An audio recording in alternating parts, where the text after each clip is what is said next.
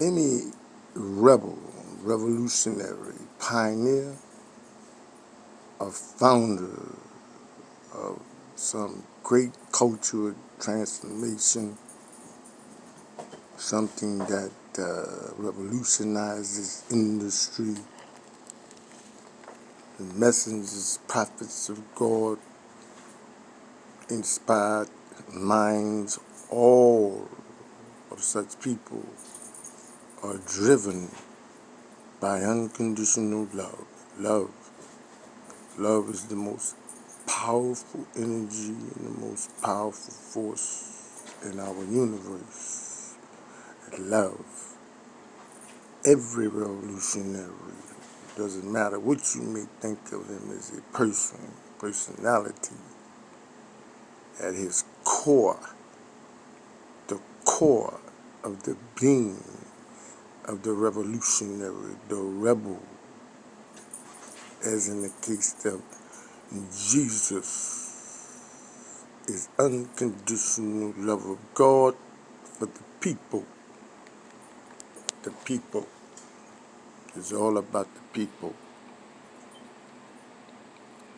Steve Jobs was a revolutionary. Steve Jobs can be compared to a messiah in the world of information technology. Anybody who knows Steve Jobs know that is a fact, and that is a truth that we live for all eternity. All go all you want, but put your bets down in Las Vegas for those of you who like to gamble. You know who you're talking to today. You know precisely who you're talking to. So you might as well sit down, because as I told you, it's all about the story, keeping it virgin, keeping the story pure, like a scribe, like a street rapper, pure street.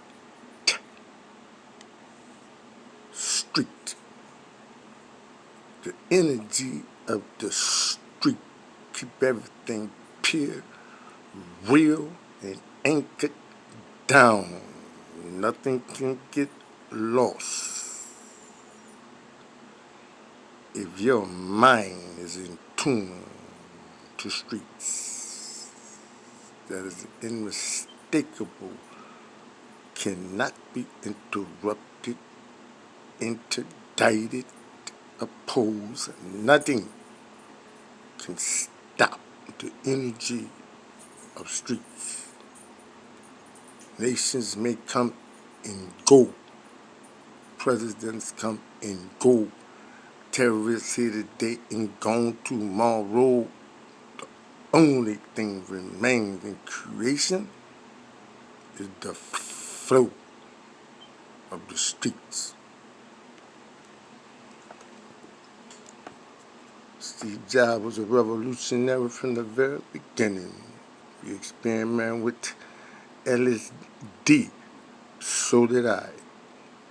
In the same period that he did it, he was impressed by Ram Dass. I was reading Ram Dass in 1973, 1974. I would say 1974.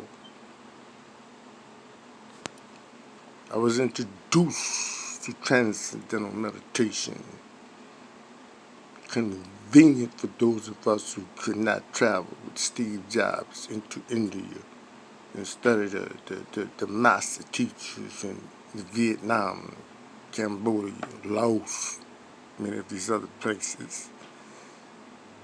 Guess what was going on at that time? As American children, kids were spreading upon the earth and the land,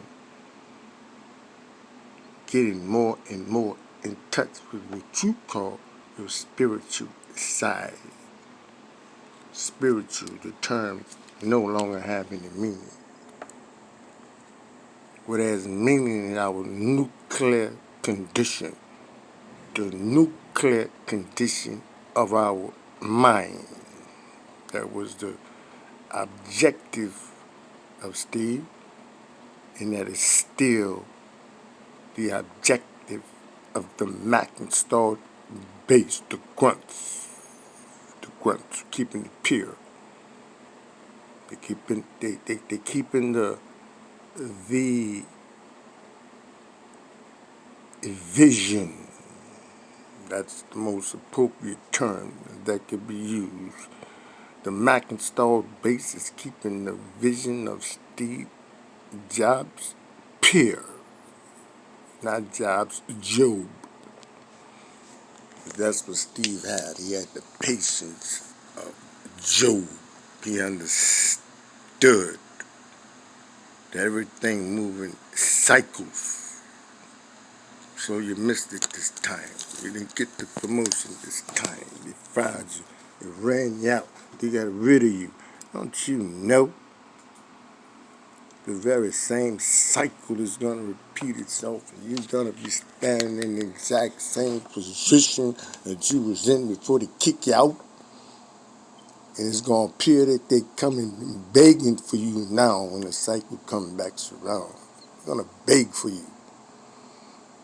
Get yourself all upset and disturbed and your nerves all worked up because you don't have this and you don't have that. Your buddies up who tell you all the time, settle down. You're going through a story.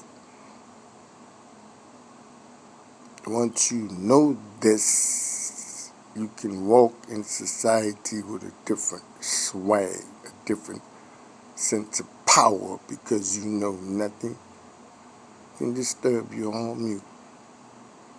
Your mouth is shut. Anybody doing a lot of monkeying around, running their mouth, have no knowledge of no thing. Do not be distracted.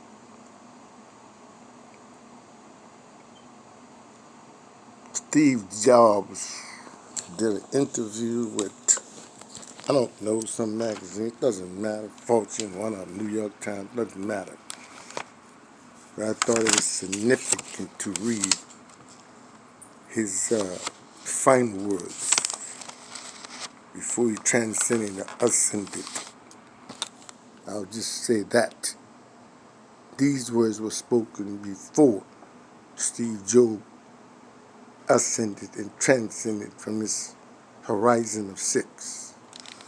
This is his words. This is not your brother Isabu. This is the words of Job's. In reference to existence, life, Job says there's another side to the coin.